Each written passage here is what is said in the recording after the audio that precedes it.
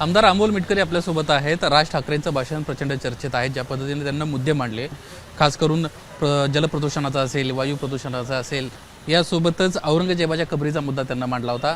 राष्ट्रवादी काँग्रेस पक्षाचे आमदार म्हणून आपल्याला काय वाटतंय, काय त्यांचं जे एकंदरीत म्हणणं होतं त्याच्यावर प्रतिक्रिया? राज्य आणि देश पुढे नेण्याकरता जो काही विचार आता महाराष्ट्राच्या युवा पिढीला अपेक्षित आहे, त्याच विचाराचा बऱ्यापैकी अंतर्भाव त्यांच्या त्या दिवसाच्या भाषणामधून होता। अर्थात गर्दी पण त्या भाषणाला फार मोठ्या प्रमाणात होती आणि जलप्रदूषणाच्या बाबतीत त्यांनी दाखवलेले व्हिज्युअल्स असतील, हे वास्तव आहे ना। म्हणजे एकीकडे आपण धर्माचं स्तोम माजवायचं आणि दुसरीकडे आपल्या धर्मातल्या नद्याचं अपवित्र असणं, तर यावर कोणीतरी स्पष्ट बोललं पाहिजे आणि त्यांनी ते बोलून दाखवलं। त्याच्यामुळे त्याबाबत त्यांना म्हणजे धन्यवाद द्यावे लागतील की महाराष्ट्रामध्ये शेतकऱ्यांचा प्रश्न ऐरणीवर असताना जाणीवपूर्वक औरंगजेब काढला, जाणीवपूर्वक कबरीमधून काढला, काही कारण नसताना। मी अनेक दिवसांपासून काय म्हणते की औरंगजेबाची कबर राहू द्या, तो पुरावा आहे, मराठा साम्राज्याच्या पराक्रमाची ती साक्ष आहे। आम्ही अधिवेशन काळात म्हणलं होतं, परत त्यांनी त्या गोष्टीला दुजोराच दिला। या प्रत्यक्ष असा आहे की हिंदू मुस्लिम हा वाद कोणाला नको आहे महाराष्ट्रामध्ये, आणि औरंगजेबाची कबर काढली म्हणजे फार मोठं आपण काय म्हणता येईल त्याला, सगळ्या समस्या सुटल्या असं डंका पिटवण्याची पण गरज नाही।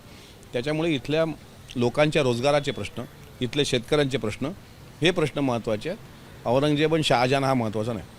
राष्ट्रवादी काँग्रेस शरदचंद्र पवार पक्षाच्या वतीनं आज एक व्हिडिओ ट्विट करण्यात आला आहे। त्याच्यामध्ये कशा पद्धतीनं महायुतीनं फसवणूक केली, लोकांना एप्रिल फुल केलं, हे त्यामध्ये म्हटलं आहे। मग तो लाडक्या बहिणींच्या 2100 रुपयाचा मुद्दा असेल, यासोबतच संपूर्णपणे कर्जमाफीचा मुद्दा असेल, असे विविध 11 मुद्दे त्यांना मांडलेले आहेत।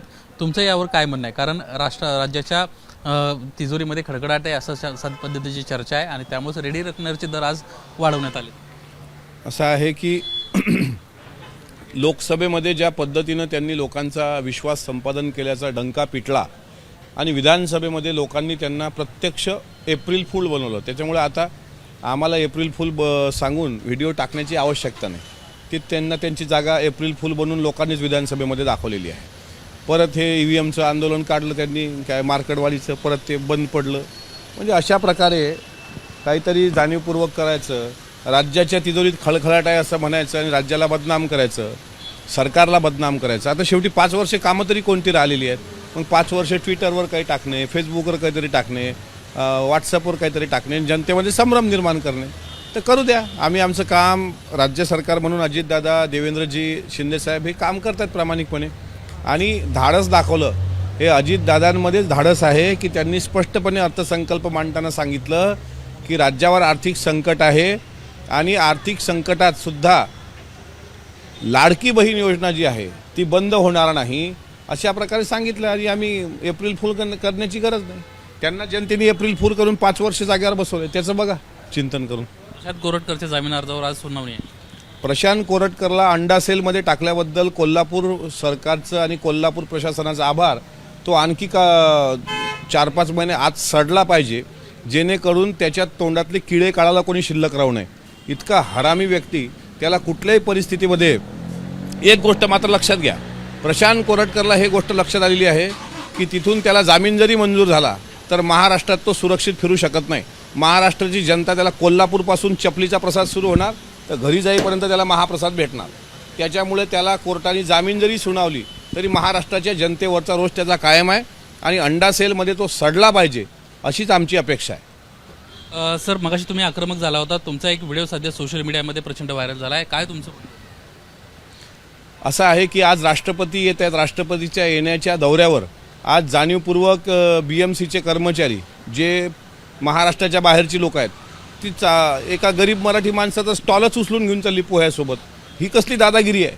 म्हणजे अशा प्रकारे जर तुम्ही एकीकडे आपण अभिजात भाषेचा दर्जा देतो, एकीकडे आपण मराठी माणसाला 2 पैसे भेटले पाहिजे म्हणून आपण रोज आपल्या भाषणातून सांगतो, सगळ्या गोष्टी सांगतो, महाराष्ट्रात मराठी माणूस जगला पाहिजे असं आपण म्हणतो, आणि त्याच मराठी माणसाच्या पोटावर पाय देताना दुसरीकडचे लोक येऊन गुंडागर्दी करतात, ते मला राहवलं नाही आणि म्हणून मी त्याला जशास तसं उत्तर दिलं।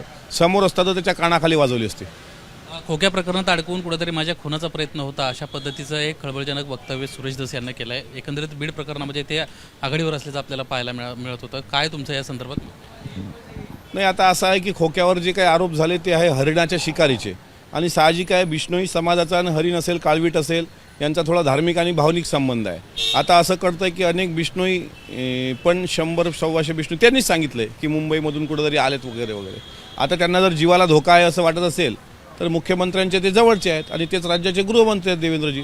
त्यामुळे त्यांनी त्याची भेट घ्यावी आणि आपल्या सुरक्षेचा प्रश्न ऐरणीवर येणार नाही याची काळजी घ्यावी. धन्यवाद आमच्याशी बातचीत केल्याबद्दल. कुठेतरी तत्काळ गृहमंत्र्यांकडे सुरेश धस यांना जावं, कारण ते गृहमंत्र्यांच्या जवळचे आहेत आणि आपल्या सुरक्षेचा मुद्दा त्या ठिकाणी मांडावा, अशा पद्धतीची प्रतिक्रिया अमोल मिटकर यांनी दिली आहे. कॅमेरामन अरविंद वारगेसह निलेश बुदावले, एबीपी माझा, मुंबई. एबीपी माझा, उघडा डोळे बघा नीट.